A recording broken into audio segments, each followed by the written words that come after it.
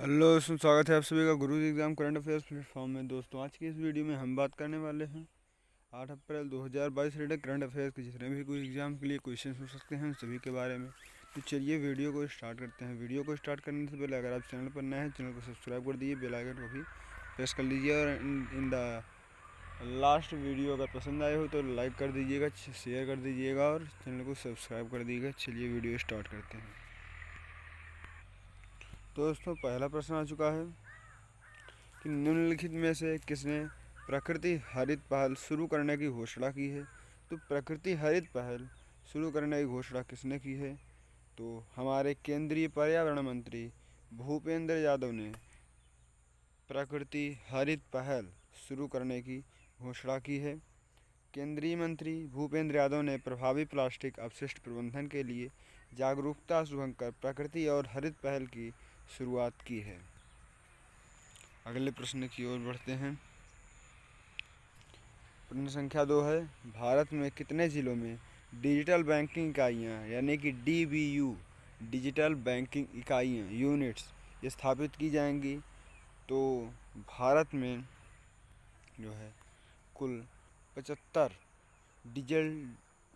जिलों में digital banking इकाइयाँ यानी कि DBU स्थापित की जाएंगी। अब बात करते हैं, केंद्रीय बजट 2022-23 में घोषित किया गया था देश के विभिन्न जिलों में 75 डिजिटल बैंकिंग इकाइयाँ स्थापित की जाएंगी ताकि यह सुनिश्चित किया जा सके कि देश में डिजिटल बैंकिंग का लाभ उपभोक्ता अनुकूल तरीके से प्रदान किया जा सके।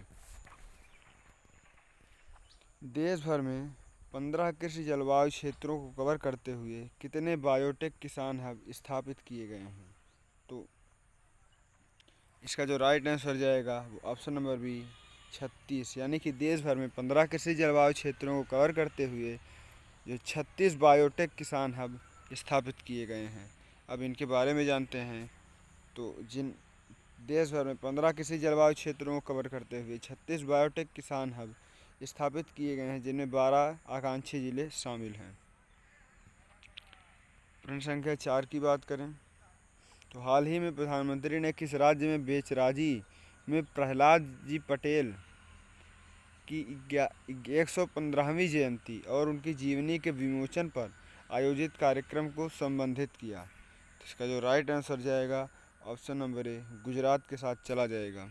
प्रधानमंत्री ने गुजरात के बेचराजी में प्रहलाद जी पटेल की 115वीं जयंती और उनकी जीवनी के विमोचन पर आयोजित कार्यक्रम को संबोधित किया।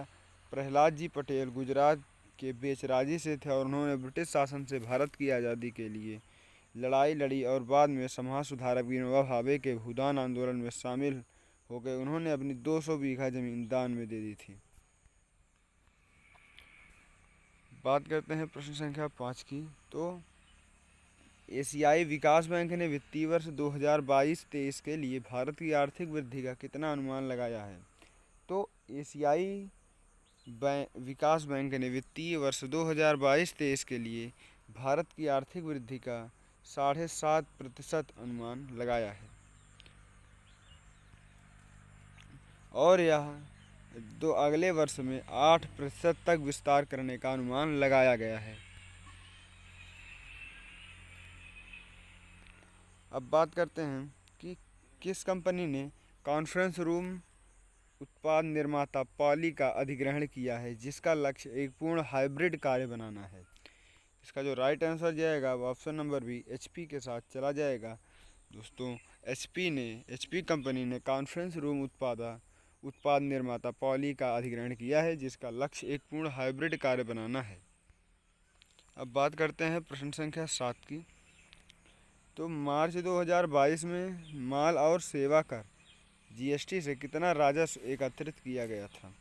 तो इसका जो राइट आंसर जाएगा वो है option number D 1.42 lakh crore, यानी कि मार्च 2022 में माल और सेवा कर से 1.42 लाख करोड़ का राजस्व एकत्रित किया गया था।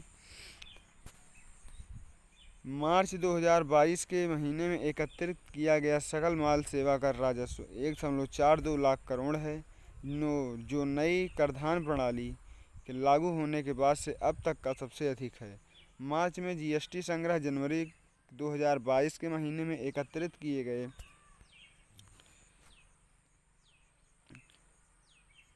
1,40,986 करोड़ के पहले के रिकॉर्ड को तोड़ते हुए सार्वकालिक उच्च है। अब बात कर लेते हैं प्रश्न संख्या 8 की। तो संयुक्त राष्ट्र कोर बजट में भारत से कितने लाख अमेरिकी डॉलर का योगदान मिलता है? तो दोस्तों, संयुक्त राष्ट्र कोर बजट में भारत से 5 लाख अमेरिकी डॉलर का योगदान मिलता है। अब भारत ने संयुक्त राष्ट्र महिला और लैंगिक समानता और महिला सशक्तिकरण के लिए संयुक्त राष्ट्र एजेंसी को उनके मुख्य बजट के लिए 5 लाख अमेरिकी डॉलर का योगदान दिया है। संयुक्त राष्ट्र में भारत के स्थायी प्रतिनिधि ने ट्विटर पर कहा कि भारत ने महिलाओं के नेतृत्व वाले विकास और लैंगिक समानता की हमारी महत्वपूर्ण साझेदारी की पुष्टि की है।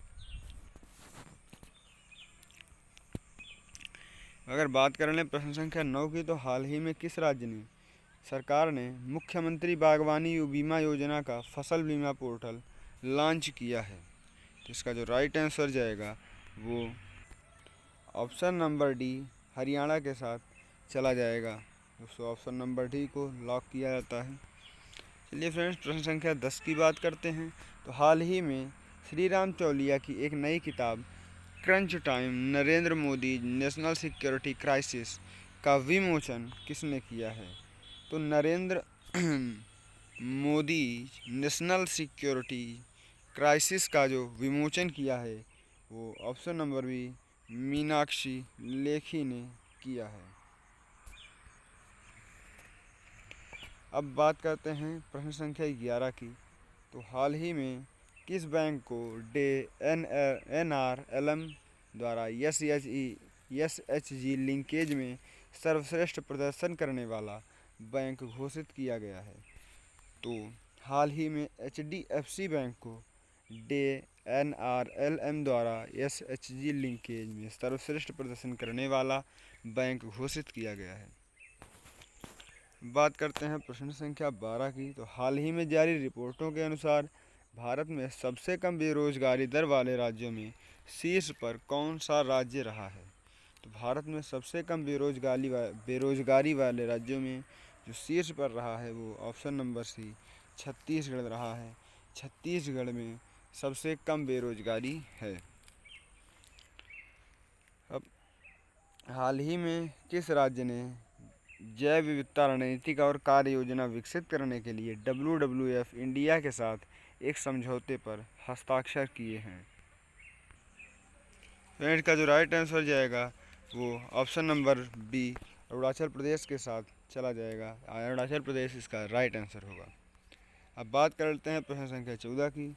नेपाल में भारत के राजदूत मई से देश के नए विदेश सचिव के रूप में कार्यभार संभालेंगे। हमें उनका नाम लिखना है। तो हमने ये बात आपको एक बार पिछली वीडियो में भी बताई है।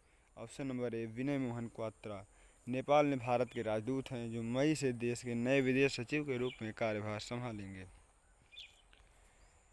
अब इनके बारे में जानते हैं। तो नेपाल में राजदूत विनय मोहन क्वात्रा को सरकार के अनुसार भारत का नया विदेश सचिव नियुक्त किया गया है। 2020 में नेपाल ने अपनी राजनयिक पोस्टिंग से पहले उन्होंने अगस्त 2017 से फरवरी 2020 तक फ्रांस में भारत के राजदूत के रूप में कार्य किया है।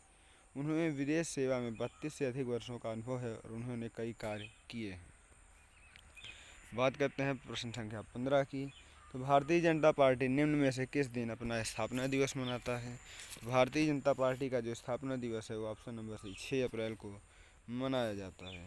तो भारतीय जनता पार्टी 6 अप्रैल 2022 को अपना 42वां स्थापना दिवस विश्व भर में पूरे उत्साह के साथ मना रही है। भारतीय जनता पार्टी की स्थापना 6 अप्रैल वर्ष 1980 में हुई थी। इससे पहले भारतीय जनसंघ के नाम से जाना जाता था, जिसकी स्थापना 1951 में डॉक्टर श्यामा प्रसाद मुखर्जी ने की थी।